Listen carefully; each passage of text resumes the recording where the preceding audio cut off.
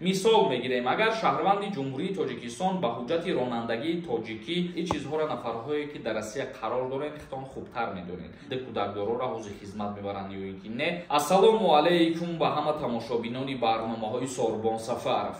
Тамошобинони азиз, ҳатман видеоро то охирша тамошо кунед. Як хабари нава ба маълумоти шумо мерасонам ва баъдан комментарияҳоро хонда ба саволҳотон ҷавоб мегардонам.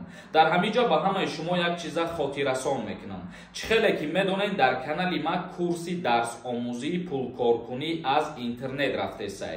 Нафарҳое ки мехоҳанд дар ҳамин курс иштирок кунанд ва дарс бихонанд, дар ҳамин номерои WhatsApp муроҷиат кунед, информатсияи аниқша ба шумо пешниҳод мекунанд. Курсе ки мо сар додагием, ин ягон намуд системаи ставка ё букмекер нестай. Вақте ки шумо дарсҳои моро хуб омӯхтен, хуб аз хит карден, баъдан бо роҳи осон аз интернет пули хуб кор мекунед. Дар Федератсияи Русия барои муҳоҷирони ронанда эҳтимол қоидаи нав ҷорӣ карда мешавад. Қарори нав дар Федератсияи Русия қабул карда мешавад. Вакилони яке аз асҳоби Русия пешниҳод намуданд ки ба кори мусофиркашонӣ дар ин кишвар набояд ҳамаи муҳоҷирон роҳ дода шаванд. Ба кори муҳоҷирони ронанда ки дар Русия ба мусофиркашонӣ машғуланд, шояд тағйироти нав ҷорӣ гардад. Хабар медиҳад ТАСС Федератсияи Русия.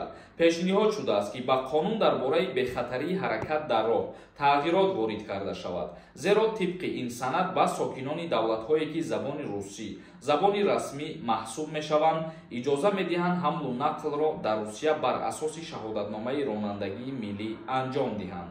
Вале вакилон бар ин боваранд ки донистани забони русӣ ба ҳеҷ ваҷҳ кафолат дода намешавад, ки шаҳрванди хориҷӣ тамоми қоидаҳои ҳаракати роҳро медонад ва ҳамчун тасдиқ намекунад ки ронандаи таҷрибаи хуби мусофиркашониро дорад ё ин ки не.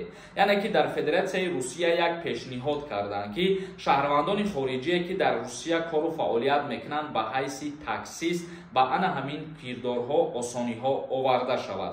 Аз ҷумла шаҳрвандони хориҷиро гуфтанд ки дар Федератсияи Русия як қонуне қабул карда шавад ки ба ҳуҷҷатҳои ронандагии худшон кору фаъолият кунанд.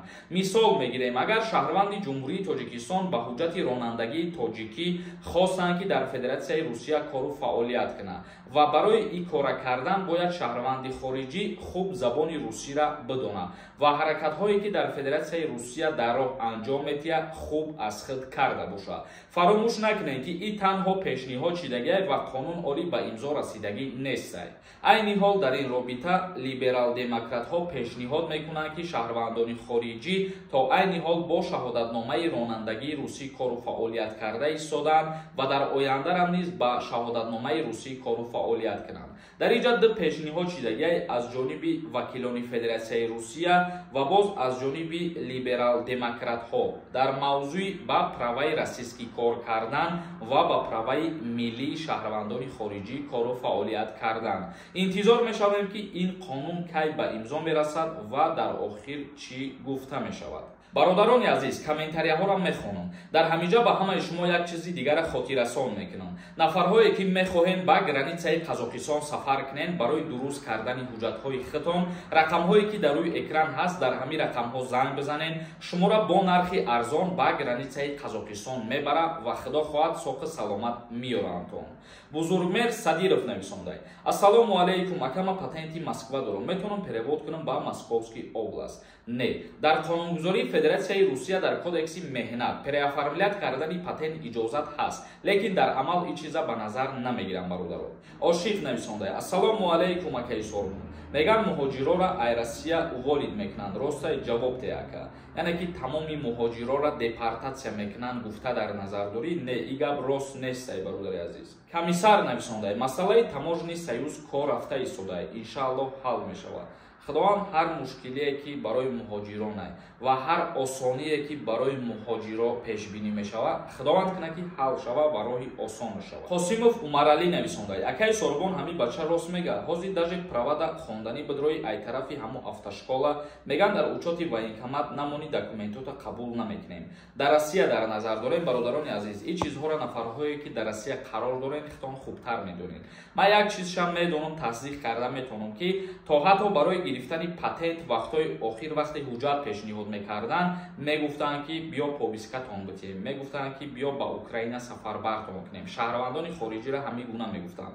Ва лекин мо доим ба шумо мегӯем таъкид карда ки ба ягон фирефтаҳо дода нашем ва ба ҳеҷ куҷорам сафар накунед ба ин гапҳо. Каримов нависонда: ассалому алайкум акаҷон, сози хубӣ, ман кредити телефон гирифтам. Ҳар моҳ сумша споридаистам. Тоҷикистон рафта омада метавонам ака, пешакӣ раҳмат. Ҳар моҳ сумша споридаиста бошӣ, бале ягон мушкилӣ намешавад. Мерай бо озодона вориди Федератсияи Россия мешавад. Ҷумаев Диловар нависонда: ассалому алайкум, Сорбон савол доштам.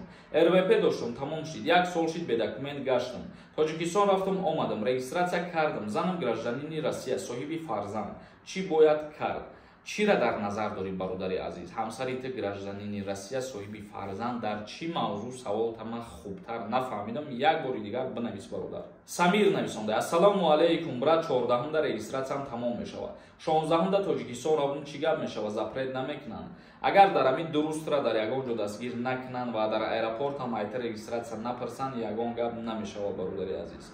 Россия нависонда: акаҷон, билет доштам, чӣ шид нафаҳмидам, интересно, даже билетам наход чил дона билет литат кунад. Бародарои азизу меҳрубон, 10 та билет дорӣ, 20 та билет дорӣ, фаромӯш накун ки 21 000 билет буд дар Абуҷа. ин маънои ура надорад ки ту 40 та билет харидӣ, дар байни 21 000 билет билетҳои ту бояд бубуроянд. Бародарои азиз, хоҳиш мекунам ҳамин чиза шумо логично хуб фикр кунед. Баротов нависонда: ассалому алайкум, мара регистратсиям 1 ҳафта пеш буд шид. Патент дорам, чӣ хел мешавад агар ба Тоҷикистон равам, дар аэропорт гам метавонам? Бародарои азиз, навма гуфтам ки агар ҳуҷҷат талаб кунанд, агар дар рейд биғалтен, баъдан мушкилӣ мешавад. Умедҷон Яқубов нависонда: ассалому алайкум, ака, номерои худо дар корай, барои як савола пурсам. Саволта метавонӣ ки дар ҳамин комментария бинависонӣ, худо хоҳад ҷавоб мегардонем. Як каси дигар нависонда: ассалому алайкум, акаи Сорбон, агар ду кӯдак дошта бошӣ, некс ЗАГС надорам, кӯдакон ба номи хидмаи хизмат мебаранд? Не, бародари азиз, ЗАГС ҳам надошта бошӣ, кӯдакҳо ба ному фамилияи таанд ва дар ин ҳолат ту ба хизмати ҳарбӣ даъват намешавӣ. Дар ҳамин ҷо як чиза гуфта мегзарам, бисёри нафарҳо мегӯянд ки ду кӯдакдорора ҳозир хизмат мебаранд ё ин ки не. Худо розӣ бошад, дар ҳамин мавзӯъ як видеои аловида мекунам ва ҳамашам мефаҳмонам. Бародарои азиз, то видеоҳои оянда, худованд ҳамаи мо шуморо нигаҳбон бошад.